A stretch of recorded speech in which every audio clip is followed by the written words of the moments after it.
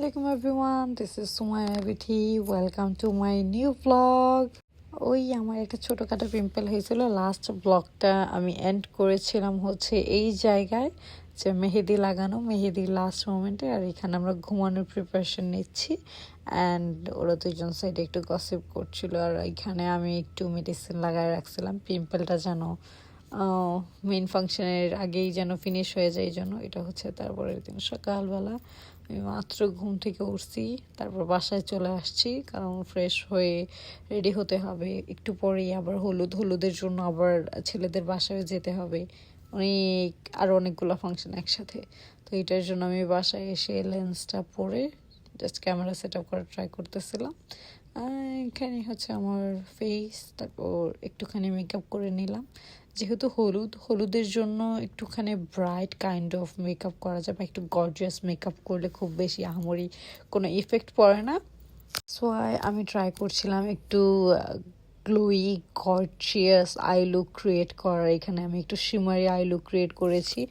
এখন আমি কোনো রকম করে চলে গেলাম পার্লারে যাওয়ার জন্য অনেক স্ট্রাগল হয়েছে, এগুলোকে ভিডিও করতে মনে নেই আমার।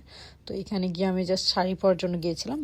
পার্লারের মেকআপ আমার খুব পছন্দ না, দ্যাটস ওয়াই শাড়িটা জাস্ট পরার জন্য পার্লারে গিয়েছিলাম। গিয়ে সুন্দরভাবে শাড়িটা পরলাম। শাড়িটা পরতে চাইছিলাম আমি লেহেঙ্গা স্টাইলে, বাট আনফর্চুনেটলি সেটা হয় নাই। তো এইভাবেই পরেছিলাম। আর এখানে আমার আইলো কি ভাল লাগতেছিল ওই দিন নিজের কাছেই, মানে কি বলবো, নিজে দেখলে মাঝে মধ্যে ফিদা হয়ে যাই। আর এসব বলে দেখে না আমার নজর বেশি লাগে। যাই হোক, আজকে একটু টাইম বের করতে পেরেছি অ্যান্ড সবাই খুব ভালো রেসপন্স করেছিল ফার্স্ট ব্লগটায়। দ্যাটস ওয়াই আমি খুব মোটিভেটেড হয়ে সেকেন্ড ব্লগটা তাড়াতাড়ি আপলোড করার ট্রাই করছি। How pretty I am looking. তারপর পার্লার থেকে বাসায় আসছি একটা পার্সের জন্য। লিটারালি আমি আমার পার্সটা রেখে গেছি, লেট হয়ে যাচ্ছিল। পরে বাসায় আসলাম। আসার পর গিয়ে দেখি আপুর বাসা পুরাটা ভরে রাখছে ডালাতে। এতগুলা ডালা সাজাইছে আপু, মিনিমাম 15 to 20 ডালা হবে। এতগুলা ডালা, এমন কিছু নাই যে আপু ডালাতে ইনক্লুড করে নাই। চিপস, জুস, ড্রিঙ্কস, পিঠা, কেকস, তারপর ড্রেসেস আর কসমেটিক্স, এমন কিছু নাই যে অ্যাড করে নেই আপু। এত সুন্দরভাবে অর্গানাইজ করে ফ্রুটসের এই বাস্কেটটা এত হেভি ছিল। আর এখানে তাসনু আমার ব্লগে এসে ওর জুতা দেখাইতেছে, এখানে কি কি পরবে আমাকে একটু বলতেছিল। আর ওই বাসায় গিয়েও আমি আমার একটু ফিটটা চেক করতেছিলাম। আর অলরেডি আমার ডার্ক সার্কেল একটু দেখা যাইতেছে আগের দিনের রাতে, যেহেতু মাত্র 4 ঘন্টা ঘুমাইছি।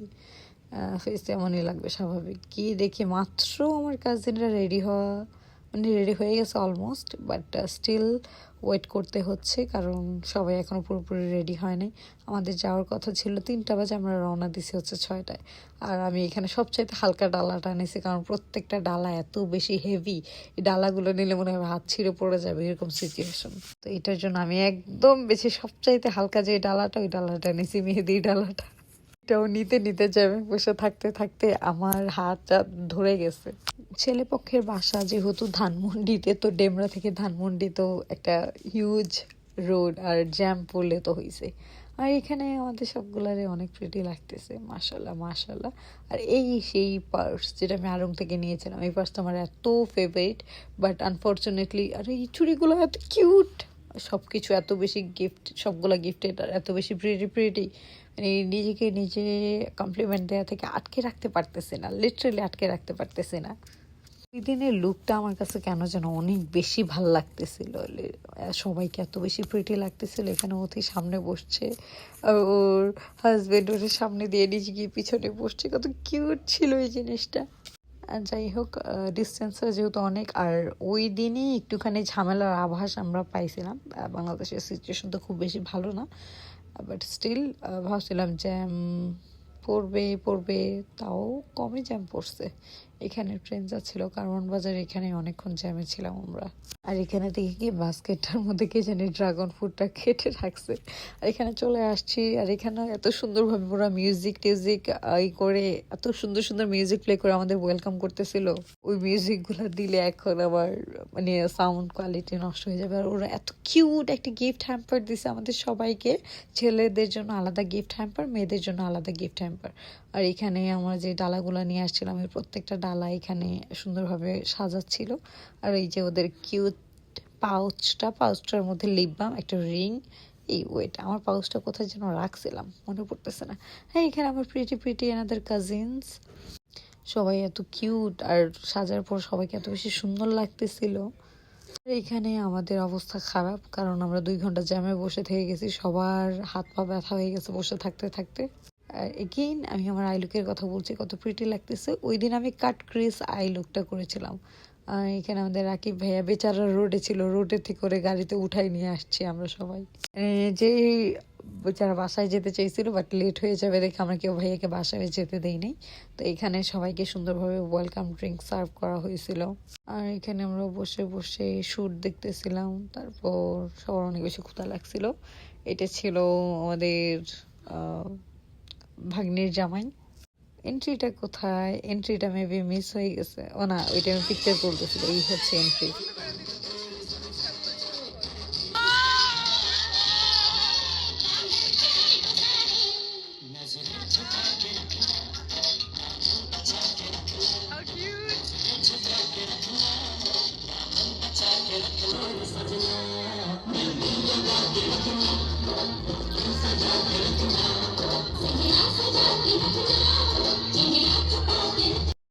ছেলেদের আসলে ডান্স করে করে এন্ট্রি দিতে খুব কম দেখছি, আর যখন সামনে দেখছি এটা খুব কিউট লাগতেছিল। এখানে আমরা কিভাবে হাইপ পার হয়ে গেছি আর হাইপ করতেছি, এটা খুব আমাদের ভয়েস শুনে বোঝা যাইতেছিল ভিডিওটাতে।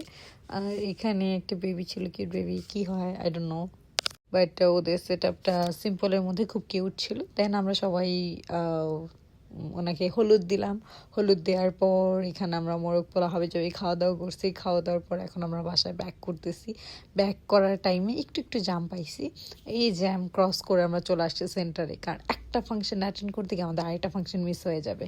এই ভয়ে আমরা চলতে চলে আসছি। ওইখানে মেবি আমরা 0.5 ঘন্টার মতো টাইম স্পেন্ড করছি। আর এখানে আমাদের কিউট ব্রাইড ওই দিন একটা জামদানি শাড়ি পরছে। আর এখানে আমরা ফুল চকলেট হাবি চাবি নিয়ে দাঁড়ায় ছিলাম, ভিডিও করব কখন, এগুলা করব কখন, মানে সবকিছু এত হ্যাসেল আর ফাস্ট হইতেছিল। ডেইলি 2-3টা করে ফাংশন অ্যাটেন্ড করতে করতে, বারবার মেকআপ করতে করতে জীবনটা শেষ। বারবার রেডি হওয়াটাও একটা হ্যাসেল। আর এখানে একটা আমি কি বলে এটা, নিজের ফুল লুকটা একটু দেখাইতেছিলাম। শাড়িটা এত প্রিটি লাগতেছিল। এই শাড়িটা কিনে রাখছিলাম আমি হচ্ছে অথির বিয়ের জন্য, মানে যে ব্রাইডের বড় বোনের বিয়েতে, ব্রাইডের বড় বোনের বিয়েতে তো এটা পরা হয় নাই, এটা তার ছোট বোনের বিয়েতে পরে ফেললাম। এখন ব্রাইড আমাদেরকে ছাড়া এন্ট্রি নিয়ে ফেলছে, এখন ও আবার এন্ট্রি নেবে আমাদের সাথে। যদিও আগের দিন রাতে একটা এন্ট্রি ডান্স শেখার কথা ছিল বা একটা চিন্তা ভাবনা করে রাখছিলাম আমরা, বাট আনফর্চুনেটলি যেহেতু ব্রাইড ঘুমাই গেছে, আমরা সবাই তিনটা ফাংশন একদিনে করে অনেক টায়ার্ড ছিলাম, এই কারণে পসিবল হয় নাই। বাট স্টিল ছোটোখাটোর মধ্যে একটা এন্ট্রি ডান্স করে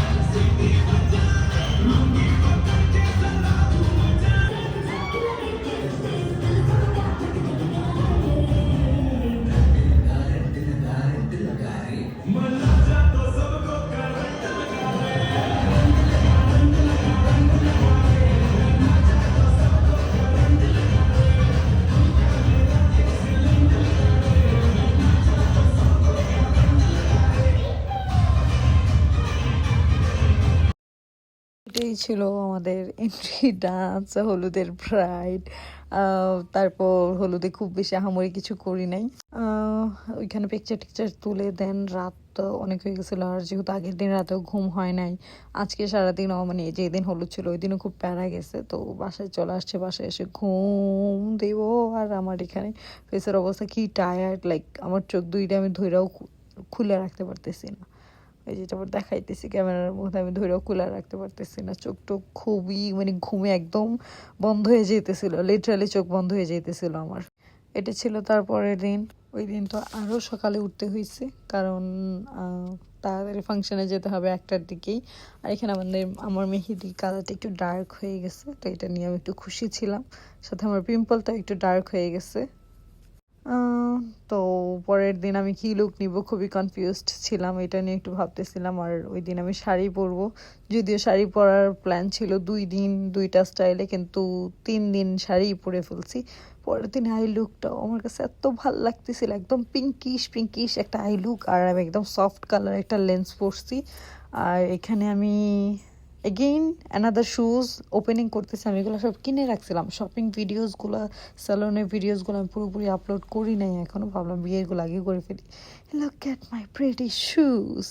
এই শুজগুলো আমি 3 দিন না 4 দিন আগে মাত্র কিনে নিয়ে আসছি, মানে এই প্রোগ্রামে 3 দিন না 4 দিন আগে। শুজগুলো দেখার পর আমার এত ভালো লাগতেছিল। এটার অন্য কালারগুলো আমার অনেক পছন্দ হয়েছিল, বাট ভাবলাম ব্ল্যাক শুজগুলা খুব বেশি ভালো নাই, তো নতুন শুজটা ব্ল্যাকই নেই। গোল্ডেন একটা চাইছিলাম, বাট গোল্ডেনটা আনফর্চুনেটলি আমার সাইজে হচ্ছিল না, পায়ের সাইজে। আর এই শুজটা পেতে আমি অনেক মারাত্মক খুশি। অনলি 4000 টাকা দিয়ে আমি ওই শুজগুলো নিছি। লাইক আগের দিন আমি 150 টাকা দিয়ে একজোড়া শুজ নিছি, তারপরের দিন 4000 টাকাতে একজোড়া শুজ নিছি।